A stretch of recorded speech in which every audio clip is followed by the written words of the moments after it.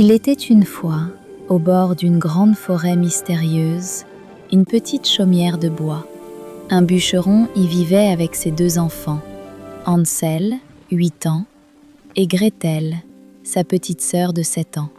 Leur père les aimait tendrement, mais depuis que leur mère était partie, une femme froide et sévère vivait avec eux. Ce soir-là, il n'y avait presque rien à manger, une seule petite miche de pain pour les 4. Quand les enfants furent endormis, la belle-mère parla à voix basse au père. « Nous n'avons plus assez à manger. Demain, tu emmèneras les enfants au fond de la forêt et tu les laisseras là. » Jamais. Comment pourrais-je abandonner mes propres enfants dans la forêt?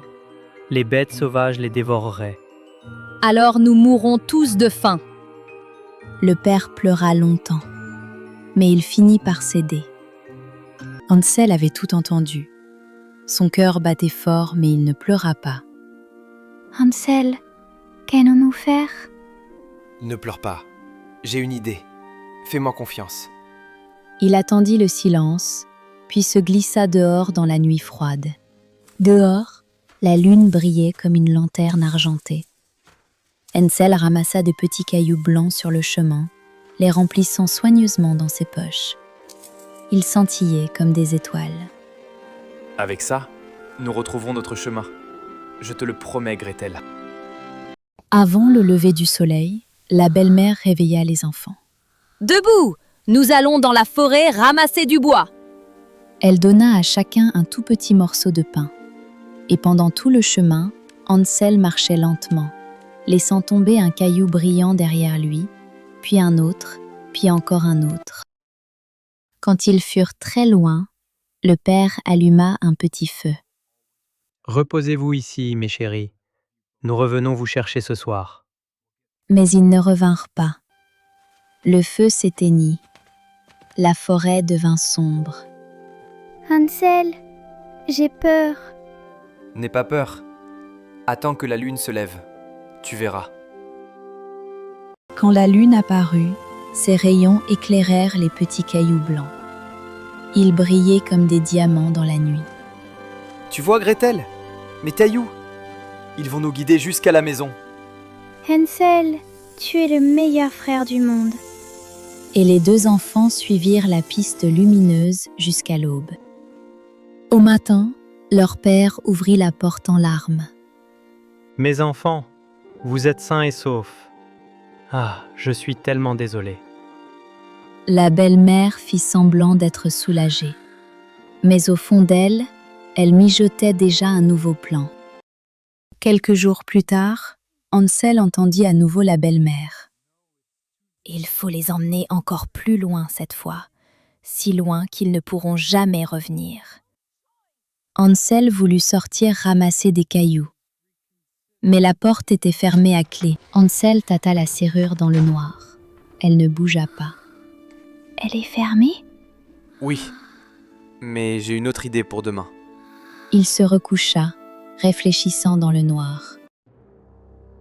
Le lendemain, la belle-mère donna à chaque enfant un morceau de pain encore plus petit. Gretel mangea le sien tristement, mais Hansel glissa le sien dans sa poche et le réduisit en miettes entre ses doigts. « Tu ne manges pas ton pain ?» J'en ai besoin pour autre chose. Il se recoucha, réfléchissant dans le noir. Cette fois, le père les emmena bien plus profond dans la forêt. Les arbres étaient si serrés que la lumière arrivait à peine. Hansel semait ses miettes de pain pas à pas. « Restez là, mes chéris. Nous revenons bientôt. » Et il s'en alla, le cœur en morceaux. Quand la lune se leva, Hansel chercha ses miettes. Mais il n'en trouva pas une seule. Les oiseaux de la forêt les avaient toutes mangées. Les miettes, elles ont disparu. « Qu'est-ce qu'on va faire ?» On va trouver un chemin. Mais d'abord, reposons-nous. Les enfants marchèrent longtemps sans trouver leur chemin. Épuisés, ils s'endormirent au pied d'un grand arbre. La forêt brillait doucement autour d'eux, piquetée de lucioles et de champignons lumineux, comme pour veiller sur eux. Au matin, un bel oiseau blanc aux ailes lumineuses apparut dans un rayon de soleil. Hansel, regarde, il est si beau. Je crois qu'il veut qu'on le suive.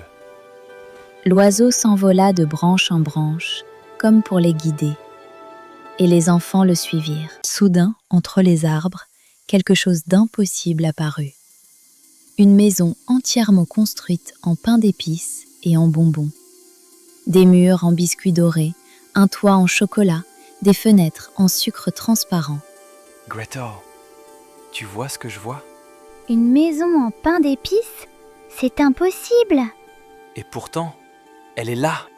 Les deux enfants, affamés depuis si longtemps, s'approchèrent. Hansel cassa un morceau du mur et le mordit. C'est délicieux. Du vrai pain d'épices. Et ça, c'est du vrai sucre. Oh, Hansel, c'est le meilleur truc que j'ai jamais mangé. Ils riaient et mangeaient, sans remarquer les yeux qui les observaient derrière la fenêtre. La porte s'ouvrit dans un long grincement. Une très vieille femme apparut, toute voûtée, cheveux blancs et fous, grand nez crochu, yeux jaune-vert brillants. Elle souriait, mais ce sourire ne montait pas jusqu'à ses yeux. Oh, mes petits chéris, venez donc à l'intérieur. J'ai des gâteaux, du lait chaud. Hansel, je n'aime pas ses yeux. Moi non plus. Mais nous n'avons nulle part où aller. À l'intérieur, la sorcière posa une immense quantité de nourriture sur la table. Les enfants mangèrent avec appétit, mais dans le coin de la pièce se trouvait une grande cage en fer. Ils ne l'avaient pas encore remarquée. La nuit venue, ils s'endormirent. Mais à l'aube, tout changea.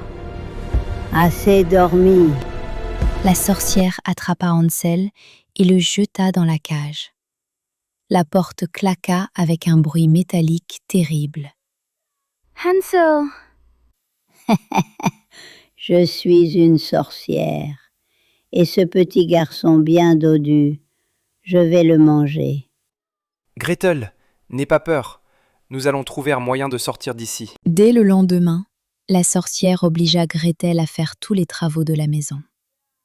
Gretel obéissait, les yeux rouges, cherchant sans cesse un moyen d'aider son frère.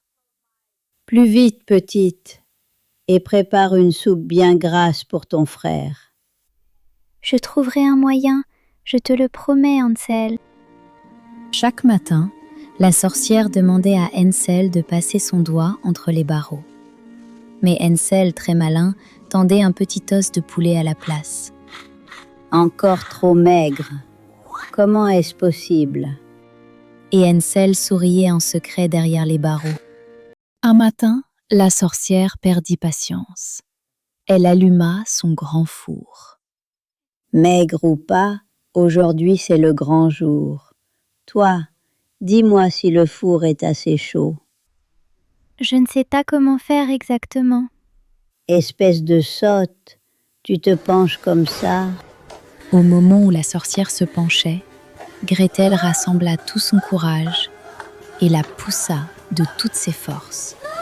Non! La porte du four se referma. La sorcière ne ferait plus jamais de mal à personne. C'est fini.